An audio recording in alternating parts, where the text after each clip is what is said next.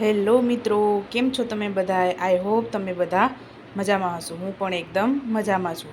તો ચાલો, આજની આપણી રેસીપી છે, જે લોકો ડાયટિંગ કરતા હોય તેના માટે હું આજે જ્યુસ બનાવવાની છું. તેના માટેના ઇન્ગ્રેડિયન્ટ્સ જોઈ લઈએ.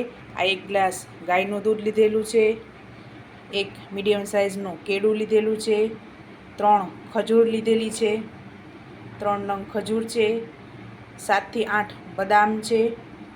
આપણે ગાર્નિશ માટે બદામની કતરણ કરેલી છે, સ્વાદ અનુસાર ખાંડ અને દૂધની મલાઈ, જે દૂધ ઉપર જામેલી હોય તે મલાઈ લીધેલી છે. જો તમારે ખાંડની જગ્યાએ મધ લેવું હોય તો તમે મધ પણ લઈ શકો છો.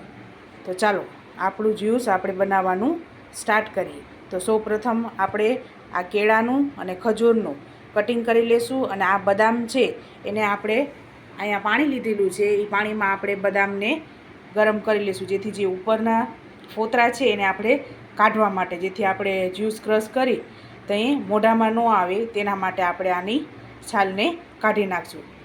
તો ચાલો આપણે આ પાણીને ગરમ કરી દઈએ. તો સૌપ્રથમ આપણે આ જે આ બદામ છે એ બદામ આપણે બધી આમાં નાખી દઈએ.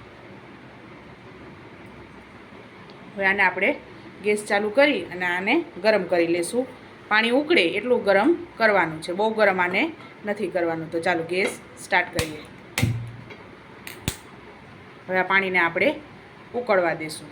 તો ચાલો ત્યાં લગીને આપણે આ કેળા અને ખજૂરને કટ કરી લેશું. અને આ દૂધ મારું સવારે આવેલું હતું, તો મેં ગરમ જ છે આ દૂધ, એટલે આપણે આને ગરમ કરવાનું નથી, કારણ કે આ જેમ ઠંડુ હોય તેમ પીવાની મજા આવે છે. આમાં તમારે બરફ નાખવો હોય તો પણ તમે નાખી શકો છો.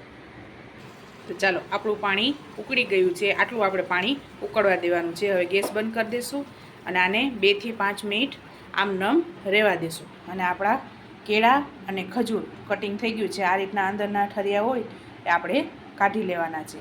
હવે આ બેને આપણે પીસી લઈએ. તો આપણે કેળા અને ખજૂર એક મિક્સર જારમાં લઈ લીધા છે, અને આ બદામને પણ આપણે પાણીમાંથી કાઢી લીધી છે. તો હવે આને તમે જરાક આમ દબાવશો તો એ નીકળી જશે.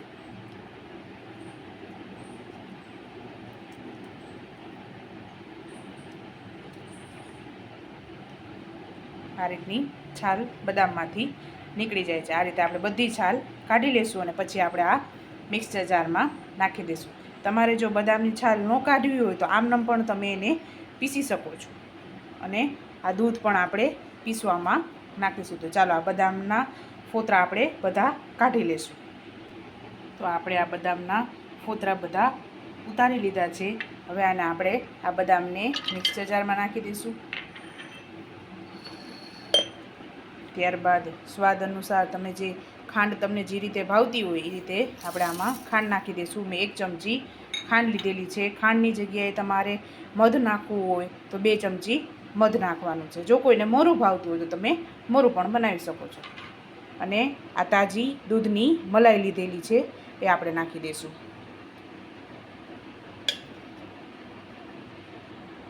આપણે મલાઈ નાખી દીધી છે. ત્યારબાદ આપણે આ 1 ગ્લાસ આપણે દૂધમાં નાખીશું. તો આપણે આમાં 1 ગ્લાસ ગાયનું દૂધ નાખી દીધું છે. હવે આપણે આને પીસી લેશું. તો ચાલો હવે આપણું જ્યુસ તૈયાર થઈ ગયું છે. આપણે એને જોઈ લઈએ. આપણું જ્યુસ રેડી થઈ ગયું છે.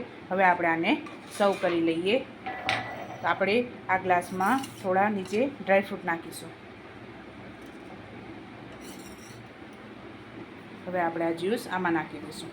તમારે આમાં ઓટ્સનો યુઝ કરવો હોય, જે સાદા ઓટ્સ આવે છે તે પણ તમે આમાં નાખી શકો છો.